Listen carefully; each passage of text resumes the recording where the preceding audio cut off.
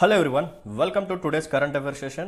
In this particular session, we are going to talk about one more important topic called air pollution in Delhi. Yes, whenever winter came, this topic will be repeated in manner. So ఖచ్చితంగా ఈ టాపిక్ని మనం prepare అవ్వాల్సిందే. Winters వచ్చినప్పుడు, దివాళీ రాబోతున్నప్పుడు ఖచ్చితంగా ఢిల్లీలో air pollution అనేది బాగా పెరుగుతుంది. And yes, it is inevitable for the people in Delhi and as well as aspirants. So aspirants కూడా ఈ పర్టికులర్ టాపిక్ని ప్రిపేర్ అవటం కూడా తప్పదన్నమాట. ఓకేనా, right. Before getting in to the session, there is a small request from my side. ఇటువంటి quality కంటెంట్ని మీకు ప్రొవైడ్ చేయడం కోసం ఫ్యాకల్టీ సైడ్ నుంచి కానీ, టెక్నికల్ టీమ్ సైడ్ నుంచి కానీ చాలా అంటే చాలా ఎఫర్ట్స్ ఉంటాయి. సో మీ సైడ్ నుంచి కావాల్సిన ఒక స్మాల్ ఫేవర్ ఏంటంటే, మీకు కానీ నా యొక్క ఎక్స్ప్లెనేషన్ కానీ నచ్చినట్టయితే please hit the like button and మీ యొక్క వాల్యుబుల్ కామెంట్ని మెన్షన్ చేయండి. ఇంకెవరైనా సరే ఛానల్ని సబ్స్క్రైబ్ చేసుకునే వాళ్ళు ఉంటే please do subscribe, and for more videos stay tuned to our channel. That's it. So without any delay, let's start our session. Welcome to Saaram Sampathrao education. This is Venkat. First of all, let us understand the context of this particular topic called air pollution in Delhi. Air pollution in Delhi. So ఏం జరిగిందంటే, there is an index called air quality index.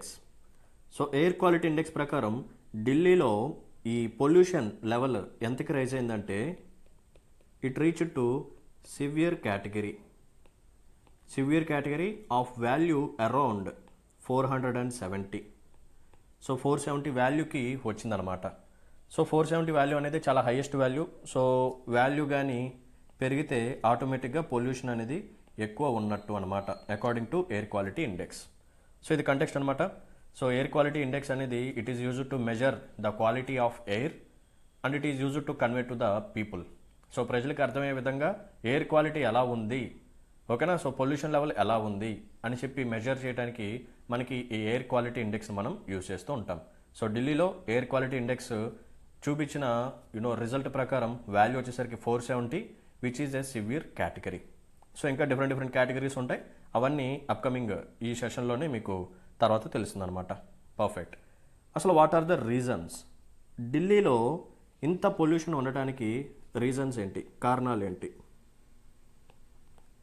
So ఇవన్నీ చాలా అంటే చాలా general reasons. But trust me, ఈ session కానీ మీరు కంప్లీట్గా వింటే అరౌండ్ 10 మార్క్స్ అయితే మీకు ఖచ్చితంగా వస్తాయి in any format, be it prelims or be it mains or be it interview perspective for UPSC and TSPSC, APPSC గ్రూప్స్లో కూడా ఈ పర్టికులర్ టాపిక్ చాలా అంటే చాలా ఇంపార్టెంట్. ఎన్విరాన్మెంట్ సబ్జెక్ట్ అనేది ప్రతి కాంపిటేటివ్ ఎగ్జామ్లో ఉంటుంది కాబట్టి సో ఖచ్చితంగా జాగ్రత్తగా వినండి. కావాలనుకుంటే 1.25లో కానీ 1.5x స్పీడ్లో కానీ వినండి. పర్ఫెక్ట్. సో ఫస్ట్ రీజన్ వచ్చేసరికి స్టబుల్ బర్నింగ్.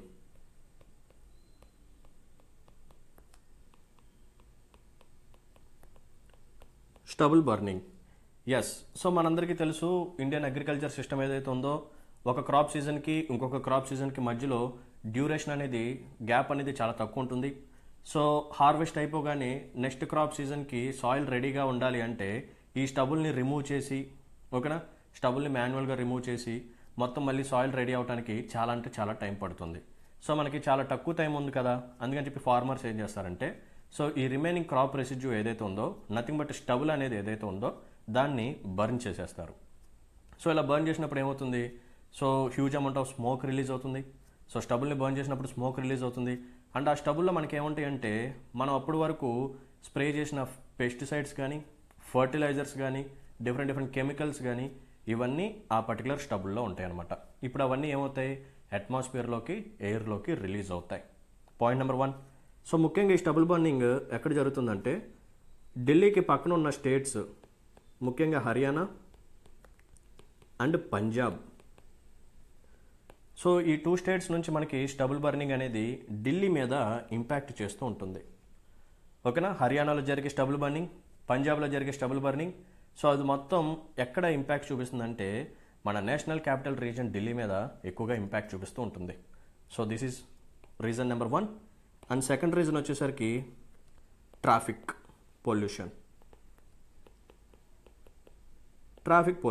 ఎస్. సో ఢిల్లీలో ఏంటంటే, rather than public vehicles, people use it to private vehicles. So ఎక్కువగా ప్రైవేట్ వెహికల్స్ని యూజ్ చేస్తూ ఉంటారు. సో ఢిల్లీలో పాపులేషన్ కంటే కార్స్ యొక్క కౌంట్ ఎక్కువ ఉంటుందని అంటారు. అంటే ప్రతి హౌస్కి 2 to 3 కార్స్ ఉంటాయి ఆన్ అన్ యావరేజ్గా. ఓకేనా, ఒక హౌస్కి 2 కార్స్ 3 కార్స్ ఉంటే సో ఇమాజిన్ చేసుకోండి ట్రాఫిక్ ఎంత ఉంటుందో. ఎస్, సో ఢిల్లీలో ప్రైవేట్ వెహికల్స్ ఎక్కువ. సో ఈ వెహికులర్ ఎమిషన్స్ ద్వారా మనకి పొల్యూషన్ అనేది ఎక్కువగా జరుగుతుంటుంది. So this is the reason number 2. And third reason వచ్చేసరికి ఓవర్ పాపులేషన్. అఫ్ కోర్స్ మనకి సిటీస్లో ఎక్కువగా ఓవర్ పాపులేషన్ కనిపిస్తుంటుంది. అండ్ పాపులేషన్ పెరిగితే ఆటోమేటిక్గా ట్రాఫిక్ కూడా పెరుగుతుంది. సో దీని ద్వారా ఎయిర్ పొల్యూషన్ కూడా పెరుగుతుంది. అండ్ ఓవర్ పాపులేషన్ ఉంటే అక్కడ ఖచ్చితంగా ఇండస్ట్రియల్ ఎస్టాబ్లిష్మెంట్స్ కూడా ఎక్కువగా ఉంటాయి. సో ఇండస్ట్రియల్ పొల్యూషన్ కూడా దీనికి కారణం. ఎస్, ఇండస్ట్రీస్ ఎమిషన్స్ అనేది ఎక్కువ చేస్తూ ఉంటాయి. సో దీని ద్వారా కూడా ఎయిర్ పొల్యూషన్ అనేది బాగా పెరుగుతూ ఉంటుంది. అండ్ నెక్స్ట్ వన్ వచ్చేసరికి constructions, large scale constructions. Constructional activities ఎక్కువగా జరుగుతుంటాయి కంటిన్యూస్గా నోయిడా రీజన్లో కానీ. సో ఇటువంటి రీజన్స్లో హెవీగా కన్స్ట్రక్షన్ చేయడం ద్వారా సో వాటి ద్వారా రిలీజ్ అయ్యే ఎమిషన్స్ నుంచి కూడా మనకి ఎయిర్ పొల్యూషన్ అనేది వరస్ట్గా తయారవుతూ ఉంటుంది. So these are the 4 major reasons for air pollution in Delhi. Now let us discuss some of the important points regarding air quality index. So ఇందాక మనం ఏమనుకున్నాం కంటెక్స్లో, ఎయిర్ క్వాలిటీ ఇండెక్స్ ప్రకారం ఢిల్లీలో ఉండే పొల్యూషన్ సివియర్ కేటగిరీకి వెళ్ళింది.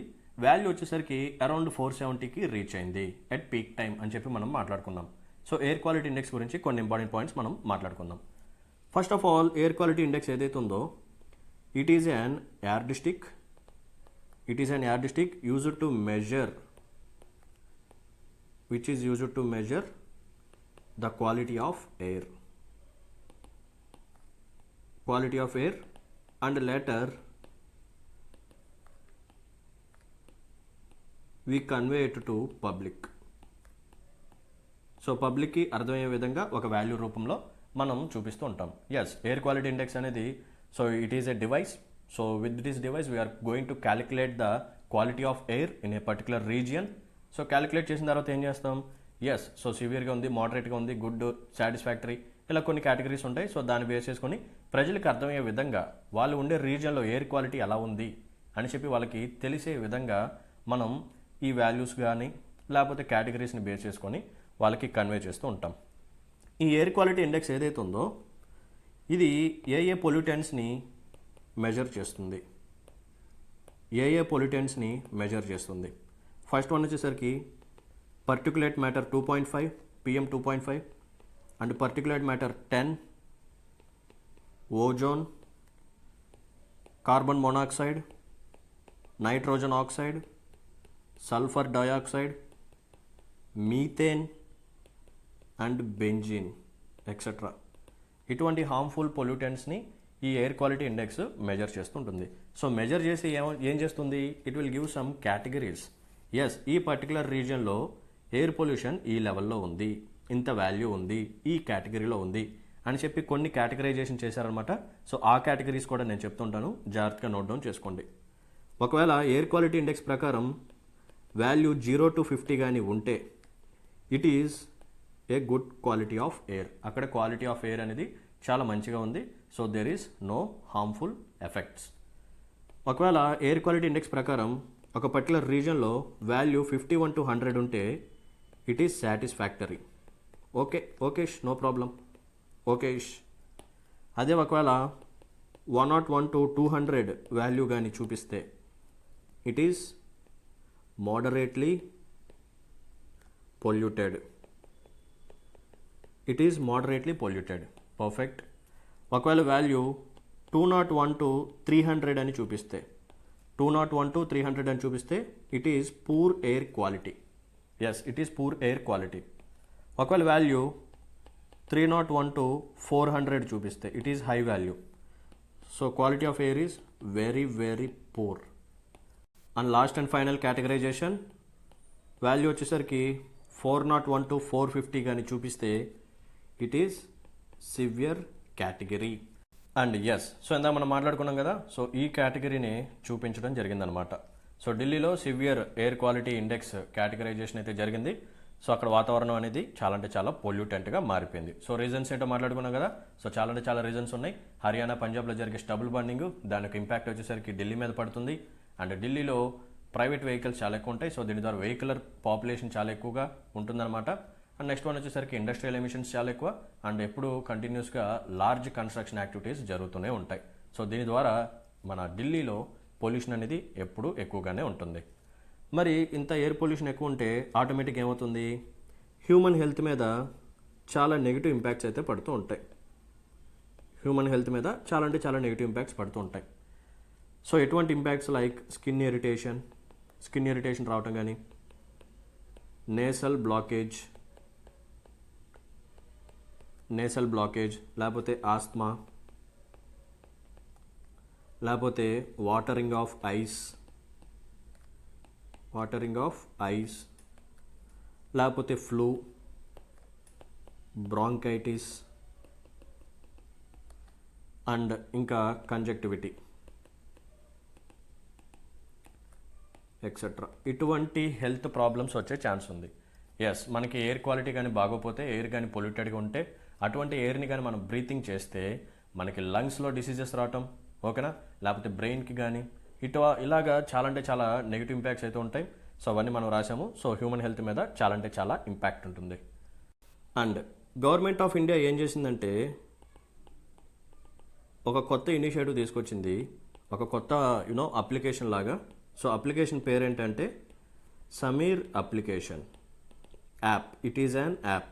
మనకి మొబైల్లో యాప్స్ ఉంటాయి కదా, సో అలాగే సమీర్ యాప్ అని చెప్పి ఒకటి తీసుకొచ్చింది అనమాట. సో ఈ సమీర్ యాప్ని డెవలప్ చేసింది ఎవరంటే, it is developed by CPCB. So CPCB stands for central pollution control bureau. Central pollution control bureau. So వీళ్ళు ఈ సమీర్ యాప్ని డిజైన్ చేయడం జరిగింది. సో ఈ సమీర్ యాప్ ఏం చేసిందంటే, it will monitor around 100+ cities in India.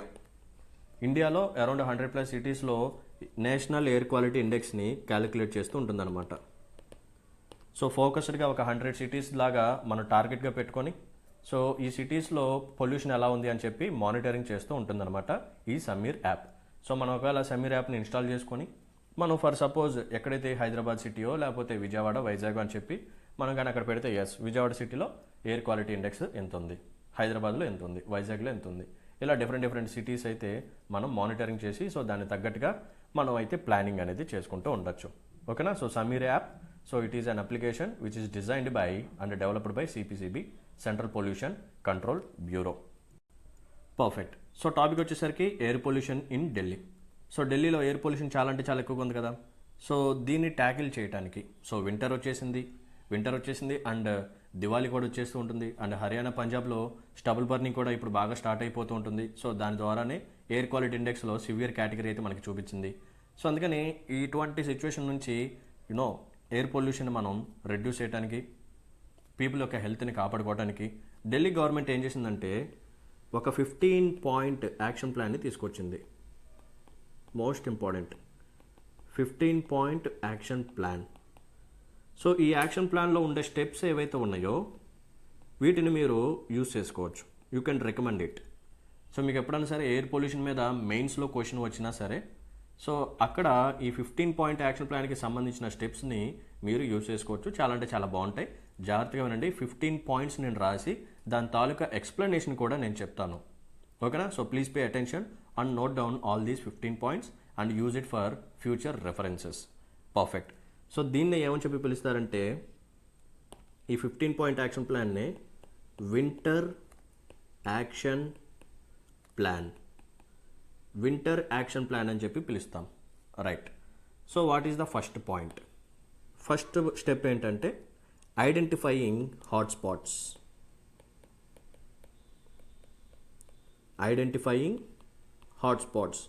So they are going to identify hotspots అంటే ఎక్కడెక్కడ రీజన్స్లో ఎక్కువగా ఎయిర్ పొల్యూషన్ వచ్చే ఛాన్స్ ఉంది అని చెప్పి అటువంటి హాట్స్పాట్స్ని, అటువంటి రీజన్స్ని ఐడెంటిఫై చేసి అక్కడ ఫోకస్గా వర్క్ చేస్తారన్నమాట. అక్కడ ఎక్కువగా ఫోకస్ చేస్తూ ఉంటారు to reduce air pollution. This is step number 1. Second step వచ్చేసరికి increased usage of బయోడీకంపోజర్స్.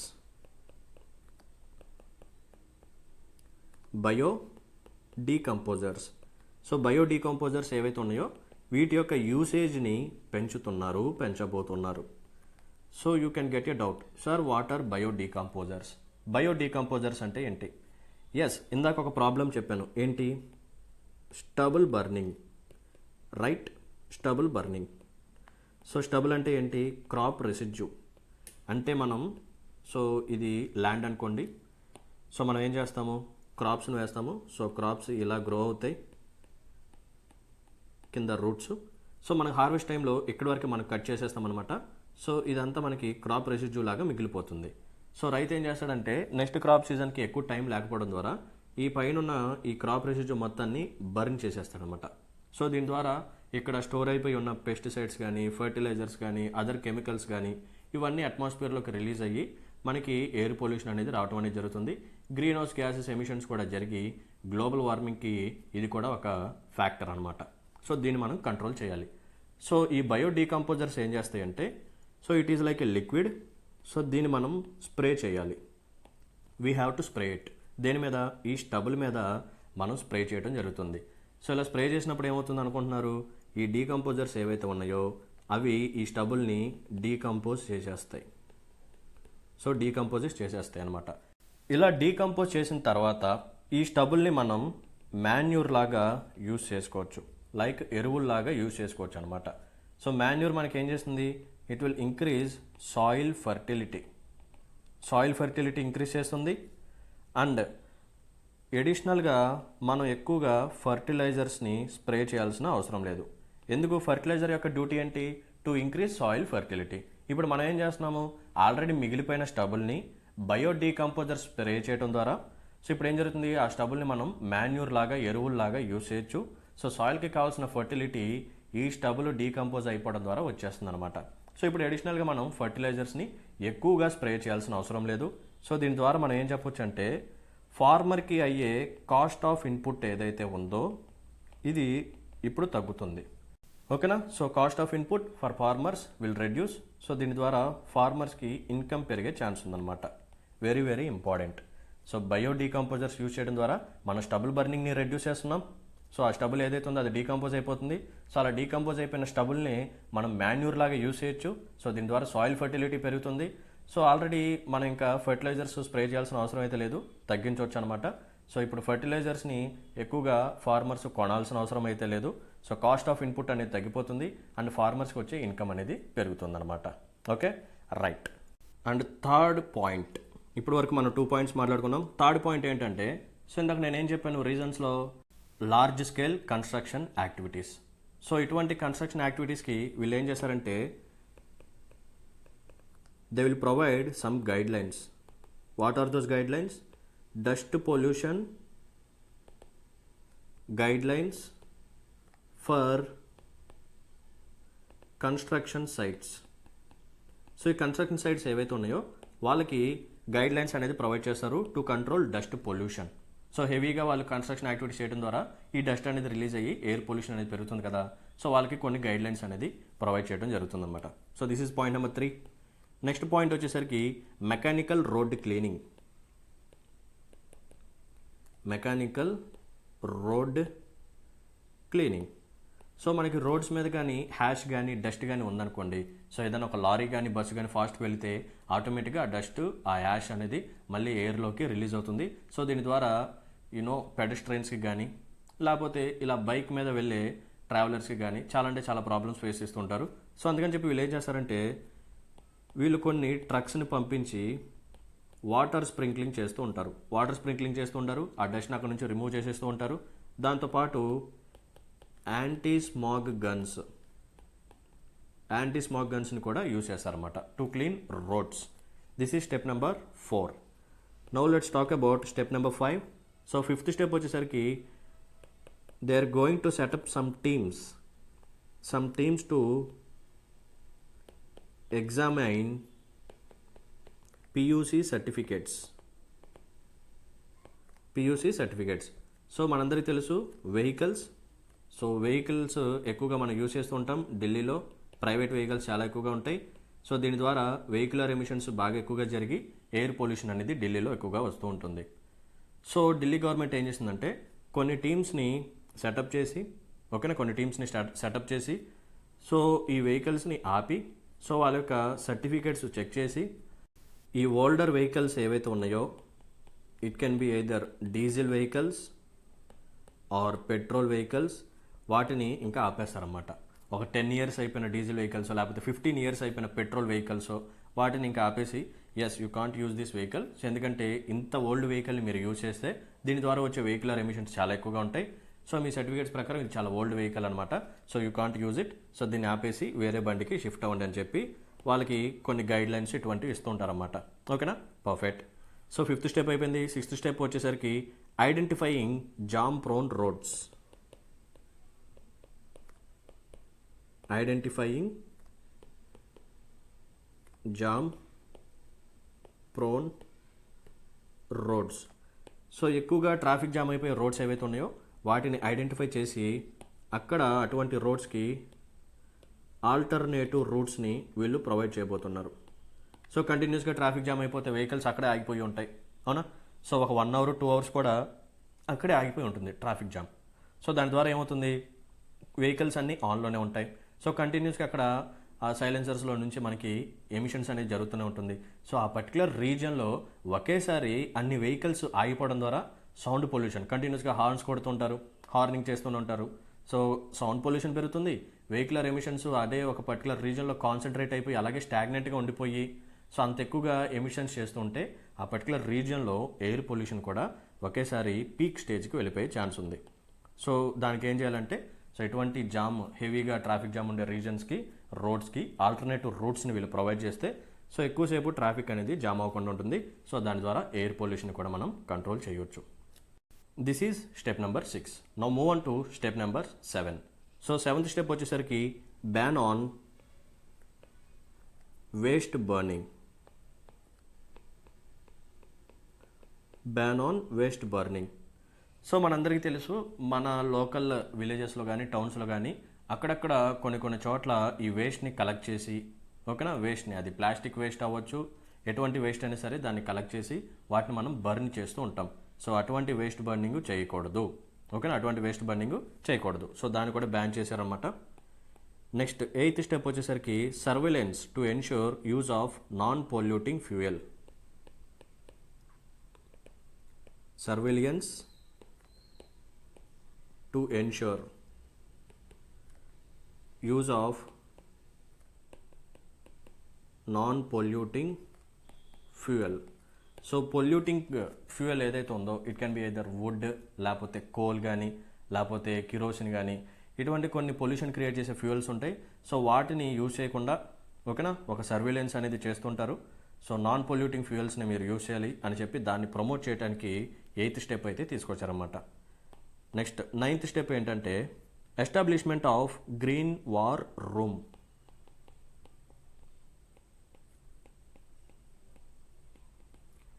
Establishment of green war room. What is it? So Delhi government ఏం చేసిందంటే ఒక అప్లికేషన్ని తీసుకొచ్చింది. ఏంటి ఆ అప్లికేషన్ అంటే green Delhi application. So green Delhi application అని చెప్పి ఒకటి తీసుకొచ్చిందనమాట. సో దీంట్లో వీళ్ళు ఏం చేస్తారంటే పబ్లిక్ పార్టిసిపేషన్ని పెంచుతారు. They are going to increase public participation. ఎలా? సో నేనున్నాను, I'm an individual or I'm an citizen of Delhi. So ఢిల్లీలో నేను ఒక సిటిజన్ని. నేనేం చేస్తానంటే ఈ గ్రీన్ ఢిల్లీ అప్లికేషన్ని నా మొబైల్లో ఇన్స్టాల్ చేసుకుంటాను. సో ఇన్స్టాల్ చేసుకున్నప్పుడు నేనేం చేస్తానంటే ఎవరన్నా సరే ఈ పొల్యూషన్ క్రియేట్ చేసే యాక్టివిటీస్ చేస్తే నేను జస్ట్ ఒక ఇమేజ్ని క్లిక్ చేసి ఆ యాప్లో అప్లోడ్ చేసేస్తాను అనమాట. ఆ తర్వాత ఈ ఇమేజెస్ అన్నీ గవర్నమెంట్ వాళ్ళు ఐడెంటిఫై చేసి వాళ్ళ మీద తగిన యాక్షన్స్ అయితే తీసుకుంటూ ఉంటారు. ఎస్, ఓ పర్టికులర్ పర్సన్ అన్నెసెసరీగా వేస్ట్ని బర్న్ చేస్తూ ఉన్నాడు డైలీ. సో నేనేం చేస్తాను, సింపుల్గా ఇమేజెస్ తీస్తాను, ఆ ఇమేజెస్ని అప్లోడ్ చేస్తాను. సో ఇమేజెస్ ఎవరు అప్లోడ్ చేస్తున్నారు ఇవన్నీ అందరికీ కనిపించదు, కేవలం గవర్నమెంట్ వాళ్ళకి వెళ్తుందన్నమాట. సో గవర్నమెంట్ వాళ్ళు ఏం చేస్తారంటే ఆ పర్టికులర్ ఇమేజ్ లొకేషన్ ఐడెంటిఫై చేసి అక్కడికి వచ్చి సో ఎవరైతే వేస్ట్ బర్న్ చేస్తుంటారో వాళ్ళ మీద ఫైన్స్ వేయటం కానీ వాళ్ళ మీద తగిన యాక్షన్స్ అయితే తీసుకుంటూ ఉంటారు. ఓకేనా? సో ఇదనమాట. సో ఇది కూడా చాలా అంటే చాలా innovative step. So public participation ఎప్పుడైతే పెరుగుతుందో ఆటోమేటిక్గా చాలా ప్రాబ్లమ్స్కి మనం సొల్యూషన్స్ని ఫైండ్ అవుట్ చేయొచ్చు. So they are going to increase public participation through this particular technique called Green Delhi application. Perfect. Now move on to the 10th step. They are going to identifying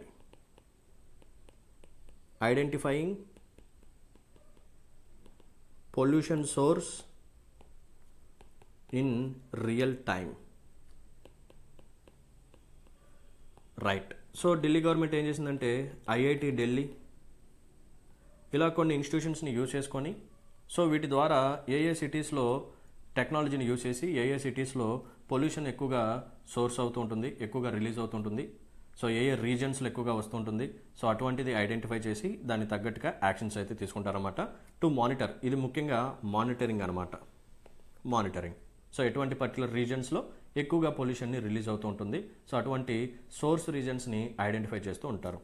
right. Next 11th step వచ్చేసరికి ban on crackers. Ban on crackers. Yes. So మనందరికీ తెలుసు ఇప్పుడు winter start అయ్యాయి and Diwali కూడా రాబోతుంది. So క్రాకర్స్ని ban చేశారన్నమాట. ఎందుకంటే వాళ్ళు చెప్పే పాయింట్ ఏంటంటే సో బికాస్ ఆఫ్ క్రాకర్స్ మనకి ఎక్కువగా పొల్యూషన్ అనేది రిలీజ్ అవుతుంటుంది. సో వింటర్స్లో ఆల్రెడీ ఇప్పుడు పొల్యూషన్ చాలా సివియర్గా ఉంది. సో క్రాకర్స్ని ఒకేసారి సిటీలో అందరూ కాలిస్తే దీని ద్వారా ఇంకా హ్యూజ్ అమౌంట్ ఆఫ్ పొల్యూషన్ కూడా క్రియేట్ అయ్యే ఛాన్స్ ఉందని చెప్పి so they ban on crackers అనమాట. ఎస్. సో 12th పాయింట్ వచ్చేసరికి ఈ వేస్ట్ పార్క్ టు ట్యాకిల్ ఈ వేస్ట్ ఎఫిషియెంట్లీ. మనందరికీ తెలుసు ఈ వేస్ట్ చాలా అంటే చాలా పొల్యూషన్ని క్రియేట్ చేస్తుంటుంది, లైక్ ఎలక్ట్రానిక్ వేస్ట్ అనమాట. సో మనందరికీ తెలుసు యూజ్ చేసిన మొబైల్స్, పాడైపోయిన మొబైల్స్ని అక్కడక్కడ పడేస్తూ ఉంటాం, డంపింగ్ చేసేస్తూ ఉంటాం, చెత్తబొట్లో పడేస్తూ ఉంటాం బయట రోడ్స్ మీద ఎక్కడో ఒక చోట, లేదు యూజ్ చేసేసిన కొన్ని కార్డ్ రీడర్స్ కానీ ఇటువంటి ఎలక్ట్రానిక్ వేస్ట్ని మనం ఇష్టం వచ్చిన చోట పడేస్తూ ఉంటాం. సో ఈ ప్రాబ్లమ్ని వీళ్ళు ట్యాకిల్ చేయడానికి ఏం చేశారంటే ఒక పార్క్ని ఎస్టాబ్లిష్ చేశారన్నమాట. ఈ వేస్ట్ పార్క్ ఎక్కడంటే హోలంబి కాలన్ అని చెప్పి ఒక ఈ వేస్ట్ పార్క్ని ఎస్టాబ్లిష్ చేశారు. అరౌండ్ 21 acres ఆఫ్ ల్యాండ్లో 21 acres ఆఫ్ ల్యాండ్ని కలెక్ట్ చేసి అక్కడ ఒక ఈ వేస్ట్ పార్క్ని ఎస్టాబ్లిష్ చేశారు. సో ఇక్కడ ఏం జరుగుతుందంటే ఈ వేస్ట్ కలెక్షన్ జరుగుతుంది. ఎస్. సిటీలో ఉన్న ఈ వేస్ట్ మొత్తాన్ని కలెక్ట్ చేసి ఇక్కడే రీసైక్లింగ్ చేస్తారన్నమాట. ఇక్కడే రీసైక్లింగ్ని చేస్తూ ఉంటారు. లేకపోతే ఏమవుతుంది, ఇష్టం వచ్చిన చోట మనం వేస్ట్ని కలెక్ట్ చేసేస్తాం. సో ఆ వేస్ట్లో ఈ వేస్ట్ కూడా వస్తుంది. సో దీన్ని కానీ మనం బర్న్ చేస్తే ఇంకా ఎక్కువగా పొల్యూషన్ అనేది క్రియేట్ అవుతూ ఉంటుంది. సో అందుకని వీళ్ళు ఏం చేశారంటే ఈ వేస్ట్ని మొత్తాన్ని కలెక్ట్ చేసి ఒక 21 acres ఆఫ్ ల్యాండ్ హోలంబి కాలన్ అని చెప్పి ఒక ఈ వేస్ట్ పార్క్ని ఎస్టాబ్లిష్ చేశారు. అక్కడే ఈ వేస్ట్ మొత్తాన్ని కలెక్ట్ చేసి అక్కడే రీసైక్లింగ్ ప్రాసెస్ అయితే చేస్తారు. ఓకేనా. సో ఇది కూడా ఇన్నోవేటివ్ స్టెప్ అనమాట. సో ఈ వేస్ట్ని మనం ట్యాకిల్ చేయాలంటే so we are going to establish or we have to establish ఈ waste parks. Perfect. And 13th step ఏంటంటే public awareness programs.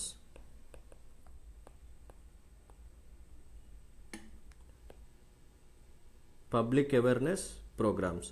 Yes. So పబ్లిక్కి ఈ పొల్యూషన్ ద్వారా ఎన్ని నెగిటివ్ ఇంపాక్ట్స్ ఉంటాయి, సో వాళ్ళకి హెల్త్ మీద ఎంత ఇంపాక్ట్స్ ఉంటుంది. ఎస్. మీకు ఫ్లూ వచ్చే ఛాన్స్ ఉంది, కాంజక్టివిటీ వచ్చే ఛాన్స్ ఉంది, బ్రాంకైటిస్ వచ్చే ఛాన్స్ ఉంది, ఆస్మా వచ్చే ఛాన్స్ ఉంది, మీ పిల్లలకి కూడా బ్రీతింగ్ ప్రాబ్లమ్స్ వస్తాయి. ఎర్లీ స్టేజ్ నుంచే వాళ్ళకి హెల్త్ పాడైపోతుంది. ఇలా వాళ్ళకి ఏం చేస్తామంటే అవేర్నెస్ క్రియేట్ చేస్తూ ఉంటాం. ఎయిర్ పొల్యూషన్ ద్వారా ఇన్ని నెగిటివ్ ఇంపాక్ట్స్ ఉన్నాయి, మీకే కాదు మీ పిల్లలకి కూడా వచ్చే ఛాన్స్ ఉందని చెప్పి వాళ్ళకి మనం అవేర్నెస్ క్రియేట్ చేస్తే వాళ్ళు కొన్ని కేరింగ్ స్టెప్స్ అయితే తీసుకుంటూ ఉంటారు. అంటే సో యాప్ని ఇన్స్టాల్ చేసుకుంటాం. సో యాప్లో మనం ఇన్స్టాల్ చేసుకున్నప్పుడు yes present air quality index ప్రకారం వర్స్ట్గా అయితే ఉంది, సివియర్గా అయితే ఉంది కేటగిరీ. సో బయటకు వెళ్ళకూడదు, అవసరం అయితేనే వెళ్ళాలి. సో మాస్క్లు ధరించడం కానీ, తగిన స్టెప్స్ తీసుకోవడం కానీ, స్మోకింగ్ చేయకపోవడం అండ్ ఇటువంటి వేస్ట్ బర్నింగ్ కానీ ఇటువంటివి చేయకుండా జాగ్రత్తలు తీసుకుంటూ మన హెల్త్ మనం కాపాడుకోవాలని చెప్పి కొన్ని ప్రివెంటివ్ స్టెప్స్ అయితే వాళ్ళు తీసుకుంటూ ఉంటారు. So public awareness programs are always important. Next 14th step వచ్చేసరికి అపీల్ టు అదర్ స్టేట్స్.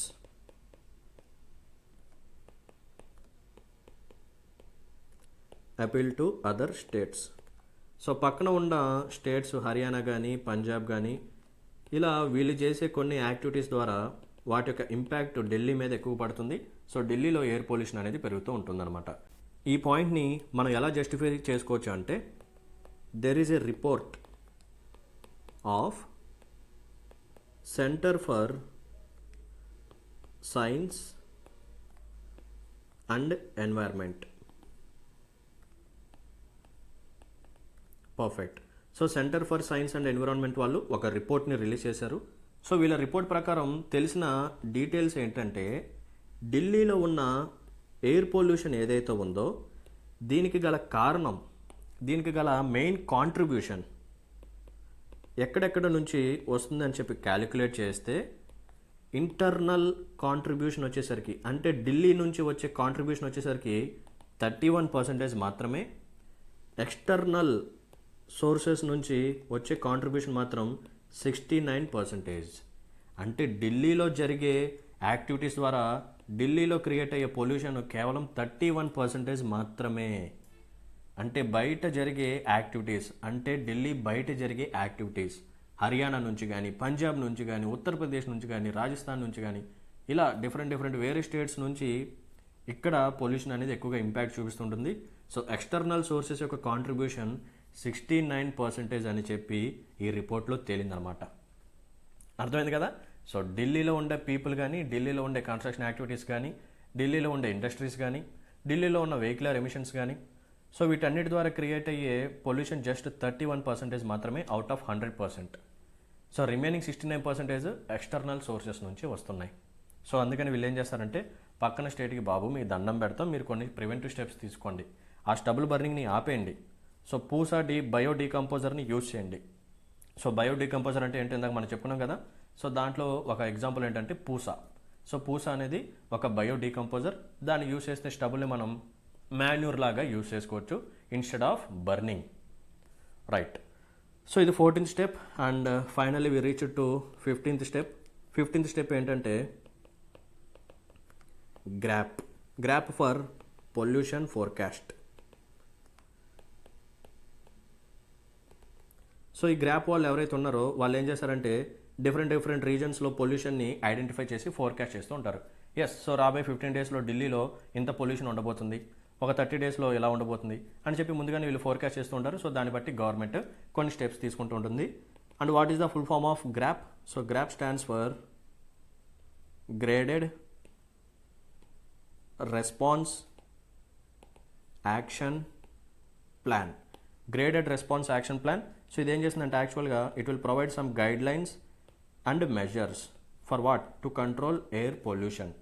ఓకేనా? So graded response action plan ఏదైతే ఉందో it will provide some guidelines and measures for air pollution. So ఈ గ్రాప్ని implement చేసేది ఎవరు? Who are going to implement it? దీన్ని implement చేసేది ఎవరంటే there is a commission for it. ఆ కమిషన్ పేరు వచ్చేసరికి commission for air quality management. That's it. ఓకేనా? So there is a commission called commission for air quality management. వీళ్ళు ఏం చేస్తారంటే గ్రాప్ అని చెప్పి ఒక యాక్షన్ ప్లాన్ని తీసుకొచ్చారు, graded response action plan. So ఇది ఏం చేస్తుందంటే యాక్చువల్గా it will provide some guidelines and measures to control air pollution. So వీళ్ళు వచ్చే ఈ గైడ్ లైన్స్ని మెజర్స్ని ఢిల్లీ వాళ్ళు తీసుకొని యూజ్ చేసుకుంటారన్నమాట. ఎస్, సో వీళ్ళు ఏం చేస్తారంటే dear Delhi, so Delhi government మీకు దగ్గర ఇటువంటి పొల్యూషన్ వచ్చే ఛాన్స్ ఉంది, సో ఫ్యూచర్లో ఫోర్కాస్టింగ్ ఇలా ఉంది, సో మీరు ఇటువంటి స్టెప్స్ తీసుకోండి, ముందుగానే జాగ్రత్తలు తీసుకోండి అని చెప్పి వీళ్ళ యొక్క సహాయాన్ని కూడా ఢిల్లీ గవర్నమెంట్ తీసుకోబోతుంది. That's it. సో ఇలా అరవింద్ కేజ్రీవాల్ గారు so 15-point winter action plan అని చెప్పి రీసెంట్గా అనౌన్స్ చేశారనమాట. సో మనందరికీ తెలుసు వింటర్స్ రాగానే ఢిల్లీలో ఎయిర్ పొల్యూషన్ పెరిగిపోతుంటుంది. So Diwali, winters, Delhi, deadly combination, air pollution కూడా which is inevitable for the people in Delhi. Yes, so దీంతో ఈరోజు సెషన్ అయితే సక్సెస్ఫుల్గా కంప్లీట్ చేసుకున్నాం. చాలా అంటే చాలా కాంప్రహెన్సివ్గా చెప్పాను. సో మీకు చాలా అంటే చాలా ఇన్నోవేటివ్ థాట్స్ కూడా వచ్చి ఉంటాయి కదా. సో ఈ వేస్ట్ కోసం ఈ వేస్ట్ పార్క్స్ అని బయో డీకంపోజర్స్ యూజ్ చేసి స్టబుల్ని మనం మాన్యూర్ లాగా కన్వర్ట్ చేసుకోవటం, కమ్యూనిటీ పార్టిసిపేషను, సమీర్ యాప్, లేకపోతే green war room, green Delhi application, ఇలా చాలా అంటే చాలా ఇన్నోవేటివ్ థాట్స్. సో గవర్నమెంట్ వాళ్ళు తీసుకునే యాక్షన్ ప్లాన్స్లో కొన్ని పాయింట్స్ మనం ఫ్యూచర్లో మెయిన్స్ పర్స్పెక్టివ్లో యూజ్ చేసుకోవచ్చు అనమాట. So air quality index and దానికి సంబంధించిన categories. Okay, perfect. With this we successfully completed our today's current affairs session, Delhi air pollution. Perfect. Before ending our session there is a small announcement. So మన ఇన్స్టిట్యూట్లో ఒక premium కోర్స్ని అయితే మనం launch చేయడం జరిగింది. So course పేరు ఏంటంటే యూపీఎస్సీ 02 జెనిత్. సో ఈ కోర్స్ యొక్క మెయిన్ ఫీచర్స్ ఏంటో చెప్తాను, జాగ్రత్తగా వినండి. ఈ కోర్స్ మీకు లైఫ్ టైం వ్యాలిడిటీతో వస్తుంది. సో ఒకసారి పర్చేస్ చేస్తే చాలు మీకు లైఫ్ టైం యాక్సెస్ అయితే ఉంటుందన్నమాట. అండ్ ఈ కోర్స్ మీకు లైవ్ ప్లస్ రికార్డెడ్ వర్షన్తో కూడా వస్తుంది. సో మీరు కావాలనుకుంటే లైవ్ క్లాసెస్ని అటెండ్ అవ్వచ్చు, లేదా రికార్డెడ్ వర్షన్స్ని కూడా వినొచ్చు. సిలబస్ అనేది చాలా అంటే చాలా కాంప్రహెన్సివ్గా మేము కవర్ చేస్తాం. ఫ్రమ్ బేసిక్స్ నుంచి మీకు క్లాసెస్ అనేది చెప్పడం జరుగుతుంది. సార్ మాకు ఎటువంటి బేసిక్స్ తెలీదు, అసలు ఎగ్జామ్ మీద ఎటువంటి అవగాహన లేదంటే డోంట్ వరీ, మీకు ఓరియంటేషన్ క్లాసెస్ ఉంటాయి. సో సిలబస్ మీకు డీటెయిల్గా మేము ఎక్స్ప్లెయిన్ చేస్తాము. సో సిలబస్ని ఎలా ప్రిపేర్ అవ్వాలి, సిలబస్ని ఎలా గుర్తుపెట్టుకోవాలి, సిలబస్ యొక్క ఇంపార్టెంట్ రోల్ ఏంటి, సిలబస్ని బేస్ చేసుకొని మన క్వశ్చన్స్ని ఎలా ఐడెంటిఫై చేయాలి, ఎలా ప్రిడిక్ట్ చేయొచ్చు, what is the importance of syllabus, అది. So decoding of syllabus is very very essential for any competitive exam. So basics నుంచి మీకు హయ్యర్ స్టాండర్డ్స్కి క్లాసెస్ అయితే ఉంటాయి అన్నమాట. Perfect. And prelims, mains, interview 3 రౌండ్స్కి కావాల్సిన syllabus, classes, strategy, guidance, everything will be prepared and provided to you by expert faculty. So PDF notes మీకు provide చేయడం జరుగుతుంది. అండ్ కరెంట్ అఫైర్స్ మీద కూడా ఎక్కువగా ఫోకస్ ఉంటుందన్నమాట. సో స్టాటిక్ క్లాసెస్తో పాటు మీకు కరెంట్ అఫైర్స్ని కూడా లింక్ చేసి మీకు క్లాసెస్ అనేది చెప్పడం జరుగుతుంది. సో మీ మీద బర్డెన్ అనేది తగ్గుతుంది. అండ్ ఇన్స్టాల్మెంట్ ఆప్షన్ కూడా ఉంది. సో ఫీజు వచ్చేసరికి జస్ట్ 30,000 మాత్రమే. ఈ 30,000ని కూడా మీరు ఎవ్రీ మంత్ 5,000 ఈఎంఐస్ పే చేస్తూ కంప్లీట్ చేసేయచ్చు. సో ఇలా 6 months కానీ మీరు పే చేస్తే ఈ బ్యూటిఫుల్ కోర్స్ మీ చేతిలో ఉంటుంది. అడ్మిషన్స్ కోసం ఈ నెంబర్ని కాంటాక్ట్ అవ్వండి, 6305955532. అండ్ వన్ మోర్ థింగ్, మీకు ఎటువంటి డౌట్స్ ఉన్నా regarding any subject or any competitive exam, beat UPSC, APSC groups and TSPSC groups, you can contact me and clarify your doubts. So నా యొక్క పర్సనల్ కాంటాక్ట్ నెంబర్ వచ్చేసరికి 7095769596. You can ping me in WhatsApp. My name is Venkat, faculty of Sairam Sambatrao Education. And once again, thank you for watching this session. See you in the next session. Until then, take care. Bye bye. Jai Hind.